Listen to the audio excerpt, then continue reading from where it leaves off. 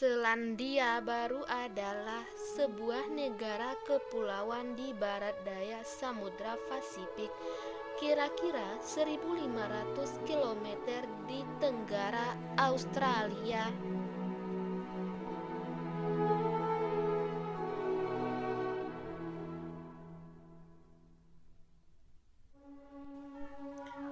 Penduduk asli Selandia Baru adalah suku Maori. Suku Maori adalah pendatang pertama di Selandia Baru yang berasal dari Hawaii sekitar 400 tahun yang lalu. Nama Maori sebenarnya muncul setelah datangnya orang-orang Eropa ke Selandia Baru. Kata Maori dalam bahasa Hawaii artinya itu adalah asli, pribumi, benar atau nyata. Nama ini juga merupakan nama bangsa dan bahasa Kepulauan Cook yang disebut sebagai Maori Kepulauan Cook. Kata ini juga memiliki kerabat dalam bahasa Jawa. Artinya urip yang berarti hidup.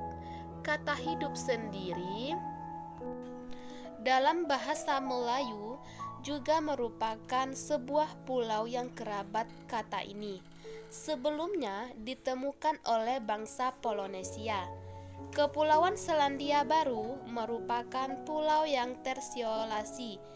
Pulau utara dipercaya juga memiliki penghuni,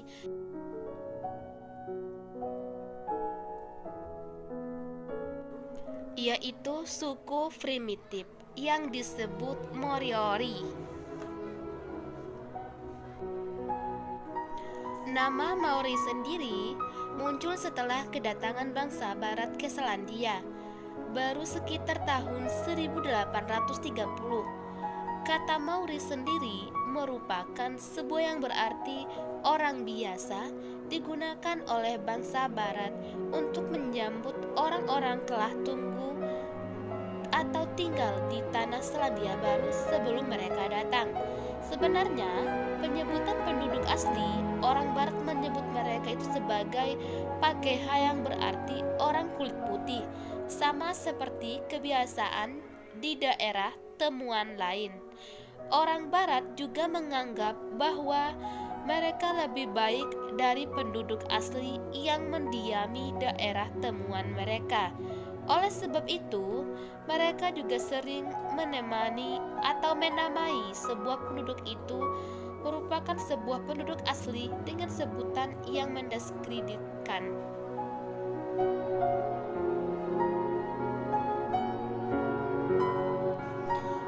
Yang pertama, kedatangan suku Maori di Selandia Baru.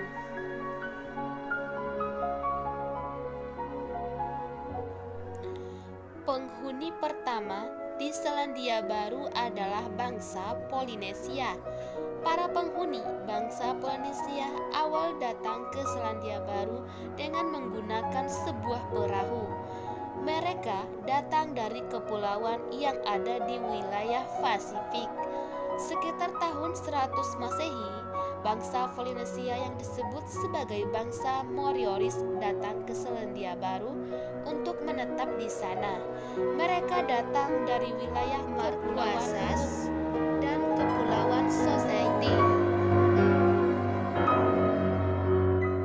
Barulah kemudian suku Maori datang ke Selandia Baru dalam gelombang migrasi yang besar-besaran.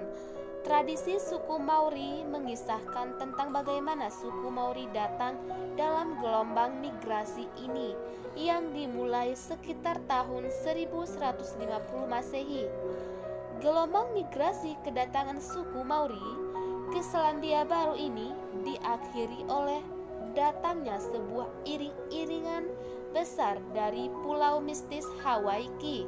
Sekitar 200 tahun berikutnya, Hawaii merupakan sebuah pulau yang dianggap berada di wilayah Pasifik, tepatnya di Pulau Tahiti.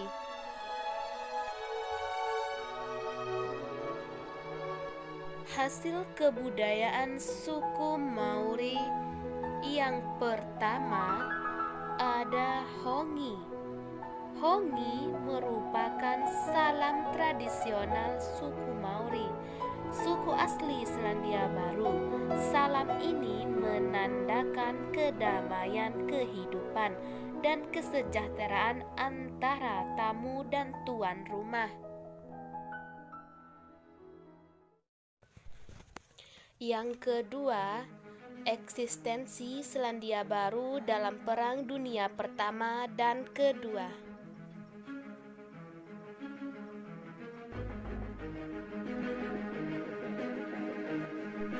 Sejarah militer Selandia Baru selama Perang Dunia Pertama dimulai pada Agustus 1914 ketika Inggris menyatakan perang terhadap Jerman pada awal Perang Dunia Pertama.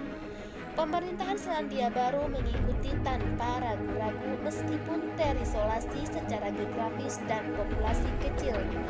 Diyakini pada saat itu bahwa setiap deklarasi perang oleh Britania Raya secara otomatis menyertakan Selandia Baru dan gubernur, mengumumkan bahwa Selandia Baru sedang berperang dengan Jerman dari tangga parlemen pada tanggal 5 Agustus.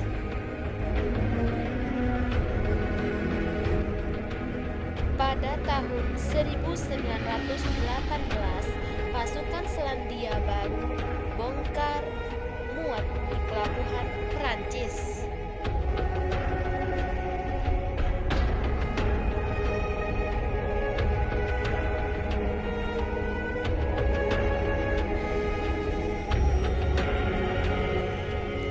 Jumlah total pasukan dan perawat Selandia Baru yang akan bertugas di luar negeri pada tahun 1914 sampai 1918 tidak termasuk pasukan Inggris dan lebih dominan lainnya adalah sekitar 100.444 dari polusi.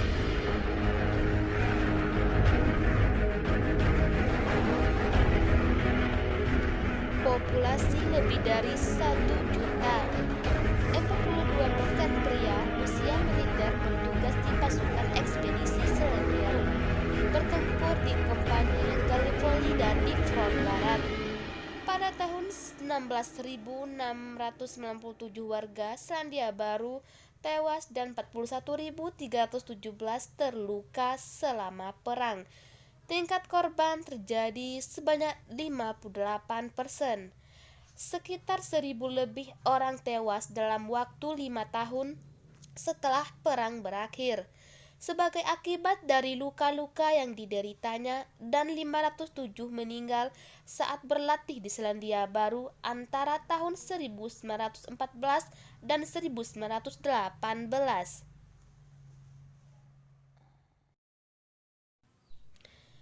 Perang Dunia Pertama juga dapat melihat bahwa tentara Maori bertugas untuk pertama kalinya dalam konflik besar dengan Angkatan Darat Selandia Baru. Meskipun jumlah telah bertempur dalam Perang Boer Kedua, ketika perekrut Selandia Baru memilih untuk mengabaikan kebijakan militer Inggris.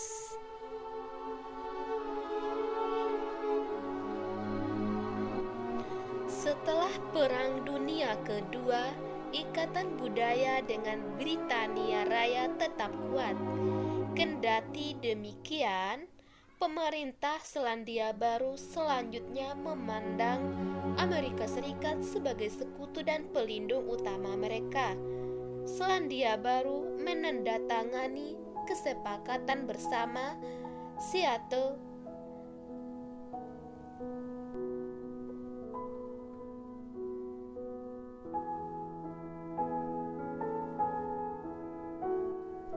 atau Southeast Asia Treaty Organization atau Pakta Pertahanan Asia Tenggara, dan menandatangani Pakta ANZUS yang beranggotakan Australia, New Zealand, and United States. Pasukan Selandia Baru juga bertempur bersama Angkatan Bersenjata Amerika Serikat dalam Perang Korea dan Vietnam.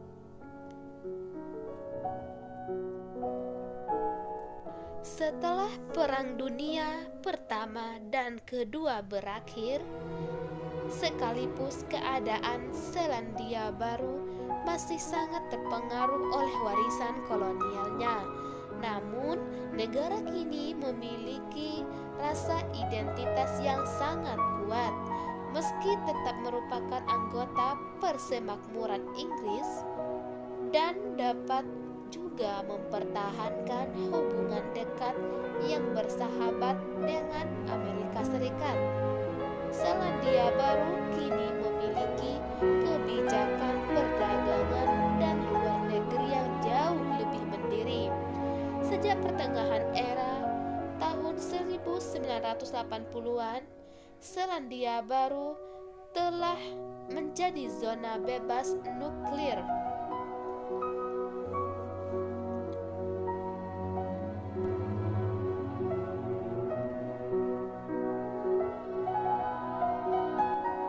Dengan angkatan bersenjata yang difokuskan terutama pada menjaga perdamaian di kawasan Pasifik.